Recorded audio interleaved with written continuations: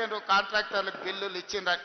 నేను అడుగుతున్న గత పాలకులను 2 లక్షల కోట్ల రూపాయలు ఖర్చు పెడితే గంధమల్ల రిజర్వాయర్ ఎందుకు పూర్తి కాలే, పిలాయపల్లి కాలువ ఎందుకు పూర్తి కాలే, ధర్మారెడ్డి కాలువ ఎందుకు పూర్తి కాలే, ఎస్ఎల్బిసి ఎందుకు పూర్తి కాలే, నల్గొండలో ప్రాజెక్టులు నిర్మించలేదు, ఆలేరు ప్రాంతానికి సాగునీరు తాగునీరు అందించలేదు.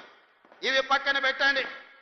ఈనాడు ఈ నల్గొండ ప్రాంతంలో నేను అడగదలుచుకున్న మా ప్రాంత రైతులను, ఈ ప్రాంత ప్రజలను, ఆనాడు నవంబర్ 8 నాడు నా జన్మదినం ఉన్నదని వేలాది మంది ఇంటికి వస్తామంటే నేను కాదు కూడదు లక్ష్మీ నరసింహస్వామిని దర్శనం చేసుకొని మూసి కాలువలో మా నల్గొండ బిడ్డల బతుకులు ఎట్లా చింద్రమైపోతున్నాయో వాళ్ళ మధ్యలో గడుపుతానని నా జన్మదినం రోజు మీ దగ్గర వచ్చి రోజంతా పాదయాత్ర చేసి మీరు పడుతున్న కష్టాలను కల్లారా నేను చూసి ఆనాడే నేను ఈ ప్రాంతానికి మాట ఇచ్చిన.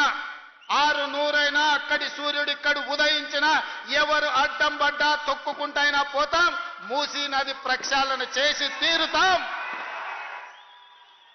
నల్లగొండ రైతాంగం కష్టాలు తీరుస్తామని ఆనాడు చెప్పడం జరిగింది. నేను అడుగుతున్న మిత్రులారా, ఈ వేదిక మీద నుంచి బీజేపీ బీఆర్ఎస్ నాయకులను, గుజరాత్లో నరేంద్ర మోడీ సబర్మతి నది ప్రక్షాళన చేసుకున్నాడు, ఉత్తరప్రదేశ్లో యోగి గారు గంగా నది ప్రక్షాళన చేసుకున్నాడు, ఈనాడు ఢిల్లీలో మోడీ యమునా నది ప్రక్షాళన చేస్తా మేము అభివృద్ధి చేసుకుంటాం, ఆ ప్రాజెక్టులను నిర్మించుకుంటాం అంటున్నాడు.